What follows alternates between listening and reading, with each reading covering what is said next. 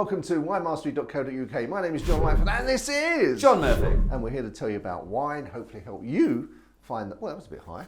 Help you find the wine, if not the wines, that you will absolutely enjoy. And this episode is another one in our Chardonnay series, and this time it is a Macon-Village. Now, some people may not realise that Macon-Village is a Chardonnay grape, just like Chablis, and so we thought it'd be an interesting one to inject into the series.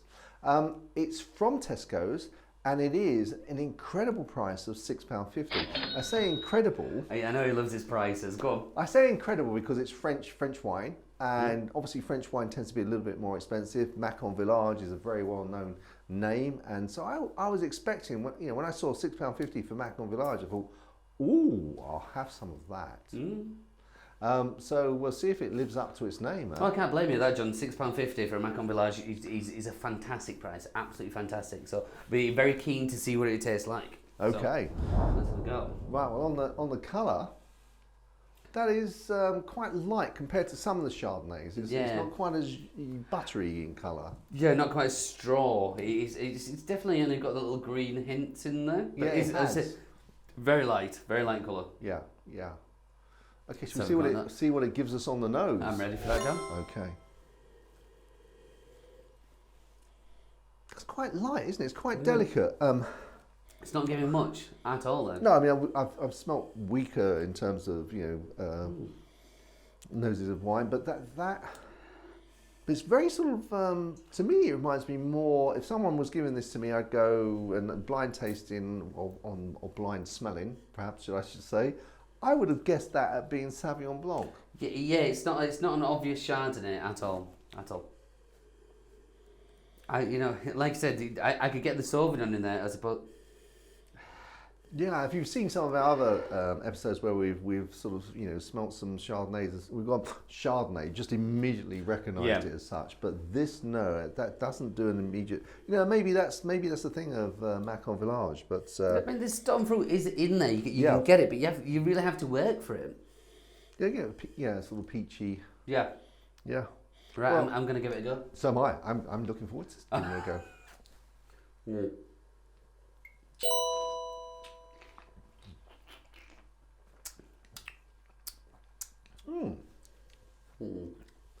Again, the acidity in the taste is more akin to, for me, a Sauvignon Blanc.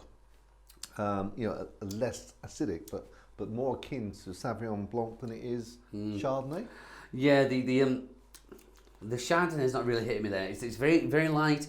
The acidity is quite high in there, which it can give me a bit of a stick there. And I'm not really getting that richness, that the roundness that you would get from a Chardonnay. I'm not getting that. I'm getting the peach and the stone fruit in the flavour, but it's not backing itself up with that. And the length, for me, no length. I know that's always very important for you, John, the length. That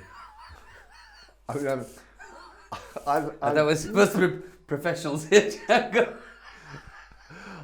Sometimes I think if it's sort of like an everyday table wine, then actually you can afford to keep supping, so you don't necessarily need the length. But I agree, I wouldn't really drink. Go on, I wouldn't really drink this on its own. I think this would be great with something like fish pie or fish in a sort of creamy or white sauce of some description. I can imagine that coming through the creaminess and giving you a balance. I think that would be delightful with that. Yeah, you're right in one shot. It would cut through that creaminess, but I just don't think it's got a lot going on, John. For me, you think it's a bit flat at the end? Flabby, very flabby. Flabby. Really? Yeah. Flabby rather than flat?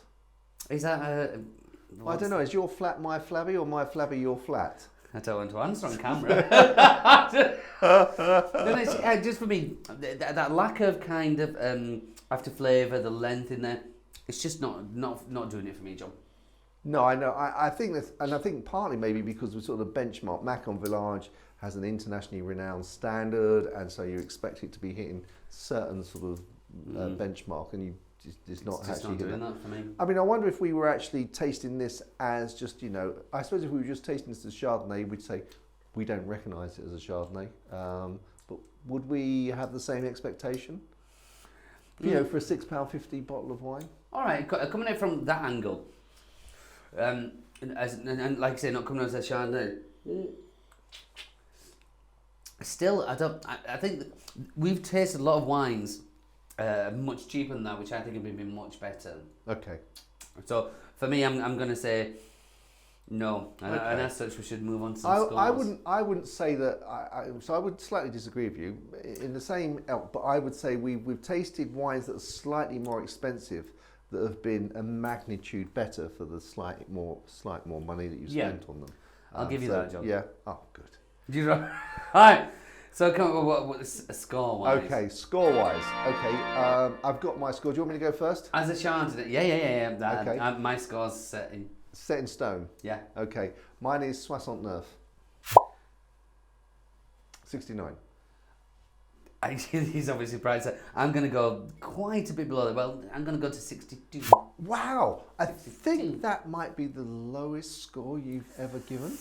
Quite possibly, but I am judging this on a, when we look at what we are looking at there is this a Chardonnay? How would you then judge it as Chardonnay? And like we said, it's not for me. It's barely a Chardonnay. Okay. Well, I think the lowest I've ever given is 67. So I think the lowest from memory that you've ever given is 66. What was that for? I can't remember. Now you are asking. No, it must have been. Well, I'm confidently sticking by that. No, that's where it is for you. And as we always say, guys, it may be your taste. This and think, well, what are they talking about? It's a 99 for me.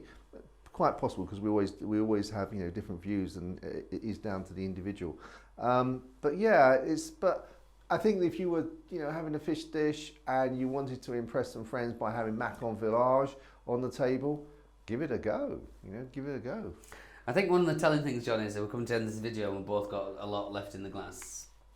Yeah, that could be something to do with the 4 takes we took. That didn't quite work out for one reason or another.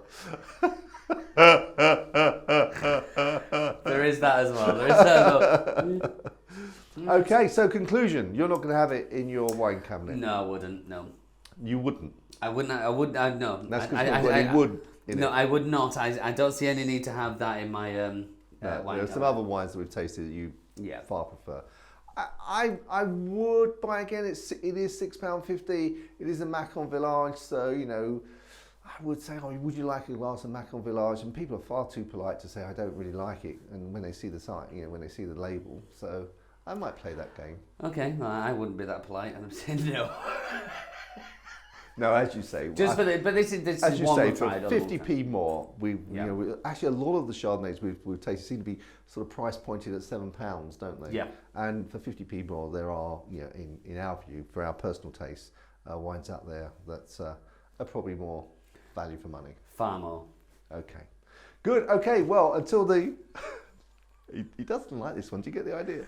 It's not for me, is it? That's fair enough.